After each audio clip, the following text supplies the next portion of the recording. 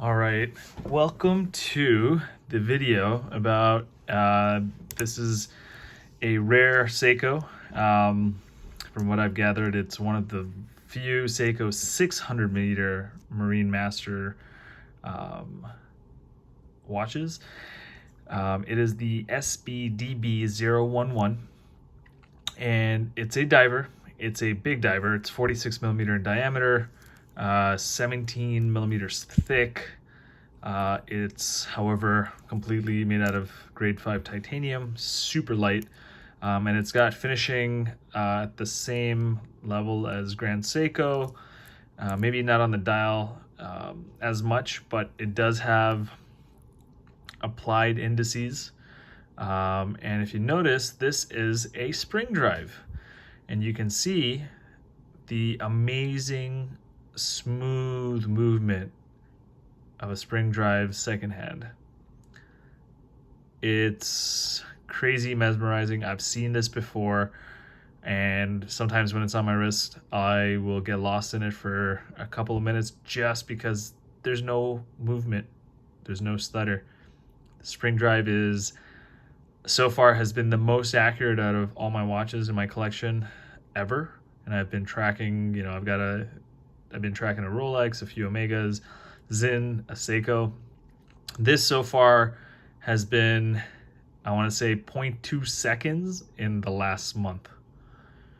And it's insane. It has a 72-hour power reserve, which I love.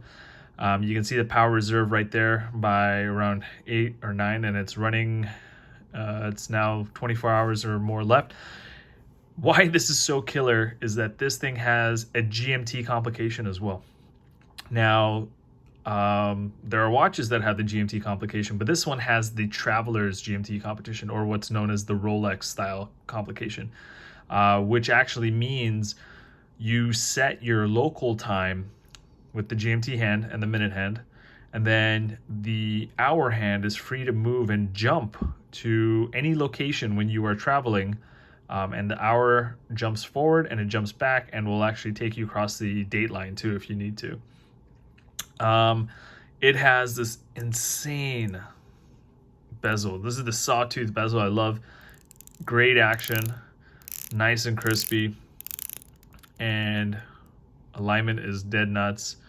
It has a domed sapphire with single-sided AR, but what's cool, if you look at it, is the crystal is actually recessed from the top of the bezel. And what that does is it means the bezel is most likely going to take the hit, if you do hit anything, than the sapphire crystal. Now the bezel is, I think it's just a aluminum bezel. It's not ceramic. It's not anything crazy. I mean, this watch did come out a long time ago. I have a pretty recent sample. This one was just sold in 2019, so it's pretty clean. Also, if you notice, there is one unique thing about it, is that this is a hex screw that actually juts out from the side and is part of the case itself. So it's not part of the bracelet. It doesn't help the bracelet attach to the case. That's done by the normal lug holes. What this is because this is a true helium saturation diver's watch, if you will, from the Seiko line, it is actually holding the bezel down. So this is not pressure fitted on. There's no holding it down. These two screws are actually meant to be removed, allowing you to freely pop this off, clean it, lubricate it if you need to, and put it back on. So that is cool. I do have a rubber strap that I modified to fit, because when you take the strap or the bracelet off, you've got this huge U kind of end link. But since I've done that, I felt I'm kind of back on the bracelet. It's pretty cool, very light. You have, again, I'm a huge fan of large crowns, and Seiko have these huge, nice, grippy crowns that you can unwind. They pop. This one has the full positions to allow you to make that. Again, just take a look at that dial. It's extremely tool watch like, and again, this watch does get worn. The bracelet is also titanium, and you can see where they've pressed the pins in. I don't know if that's very clear, but you can see they've pressed the pins in and then brushed the side to remove any trace of the pins. You do have this kind of taper from 22 to, I want to say, 18. So it's really comfortable, really good looking, and you have this amazing polish finish in the middle. Then you've got what is one of the pretty good and unique clasp out there. So unfortunately, this bracelet doesn't come with a half link, so you have to kind of improvise. So I added another link, and it's got 4 micro adjust holes. It's a stamped clasp, sorry, not a stamped clasp, it's stamped logo, but it has double pushers to open it. And then this is the unique part. This is the Marine Master part, where it's got this kind of on the fly ratchet. So you don't have to even take the watch off, and you can adjust it. And quite often I'm between 1 or 2 spots on a really hot day, and then at night it'll get clicked into the final spot.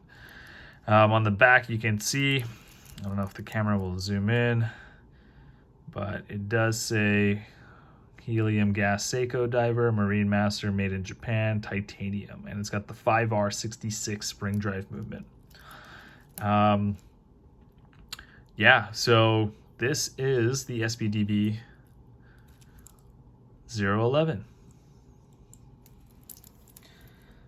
Just wanted to put it back on and do kind of some wrist shots. So this is my wrist. I have a 7.5 wrist, 7.3 to 7.5 inch wrist. It looks great. It is a little bit tall.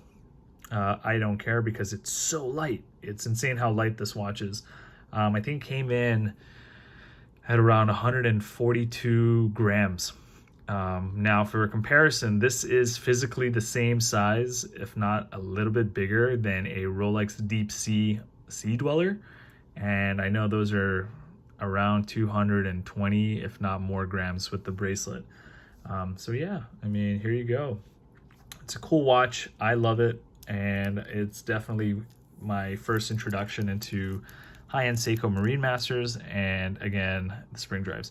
One last cool feature I love is Seiko has a magic lever patented system. What that allows you to do, if you notice, it's currently at about 24 hours plus for the power reserve.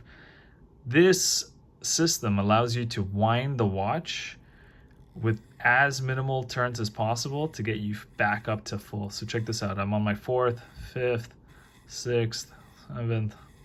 You can see with just a few winds, I'm getting the power reserve to move up to its full 72 hours.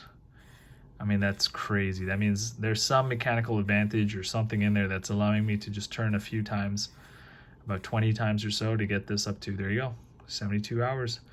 And you push in and you get it to lock. So very cool. Date snaps at 12 o'clock when it's midnight, not before, not after. So this is a killer movement. Again, it's a watch I wear, so it's gonna have soap from washing my hands, it's gonna have sweat, it's gonna have machine grease, dirt, debris. It does have this crazy polishing on it when it's clean, and maybe once a month or so I will take it and just give it a light scrub with some mild dishwashing soap and a soft bristle toothbrush. But there you go.